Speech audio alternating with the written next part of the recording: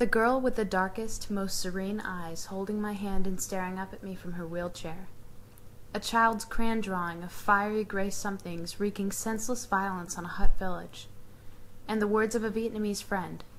"I'm so happy you're here," and later, "Here we call it the American War." What am I meant to think and believe? What are my obligations as a young American whose family never took part? What is my responsibility as an informed global citizen? The United States introduced chemicals designed to destroy plant life into Vietnam under Operation Ranch Hand. These herbicides were used to defoliate large areas of forest to make military operations there more effective. The North Vietnamese Army held a distinct advantage in heavy jungle against American troops, and destroying swaths of forest helped negate that advantage. The U.S. Air Force also strategically sprayed the herbicides on crops to deny food to the North Vietnamese and to force residents from areas that could be under their influence into areas that the South Vietnamese controlled. Between 1961 and 1971, the United States sprayed at least 45 million liters of Agent Orange, as well as more than 25 million liters of other herbicides. Consequences for Vietnam went beyond the intended ecological destruction that such a large volume of herbicides produced. 65% of the herbicide used, including all the Agent Orange, contained dioxin.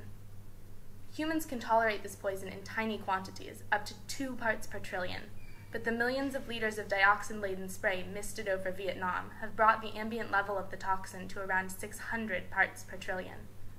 It has contaminated the soil and groundwater, accumulating in the food chain and ending up in people's bodies, causing those who have come in contact with it to develop cancers, diabetes, respiratory illnesses, and skin diseases. Even 40 years after the bullets and planes have stopped flying, Agent Orange continues to claim victims. I was shocked by the images of cancers and birth defects caused by Agent Orange on display at the Remnants Museum. One woman was missing an eye and had tumor growths on her cheeks as if that eye had slid down and was now hanging beneath the flesh. When I lowered my eyes, I saw conjoined fetuses preserved in a tank on the ground, unborn victims of birth defects. I had to turn away from that horrific sight and calm myself down. I was scared. Many people exposed to dioxin, in fact, give birth to children with defects such as brain abnormalities, paralysis, physical deformities, and cancer. These are the second-generation victims. It is exponentially more difficult for disabled first-generation victims to care for their affected children. Many Agent Orange victims are extremely poor to begin with, compounding the financial burden of caring for disabled children.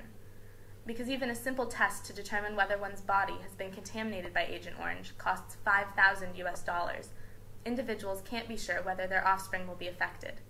There is no accurate count of victims, but a valid assessment could give incentive to governments and organizations to provide them with support. Currently, many organizations are working to improve the lives of Agent Orange victims. We visited a village called Phu Yen and met with Orange Helpers. This organization provides victims with microloans, livestock, and seeds to get local agriculture back on its feet. These solutions are both innovative and truly productive, encouraging community-driven growth as opposed to temporary alleviation. Still, they don't solve the problem at its source.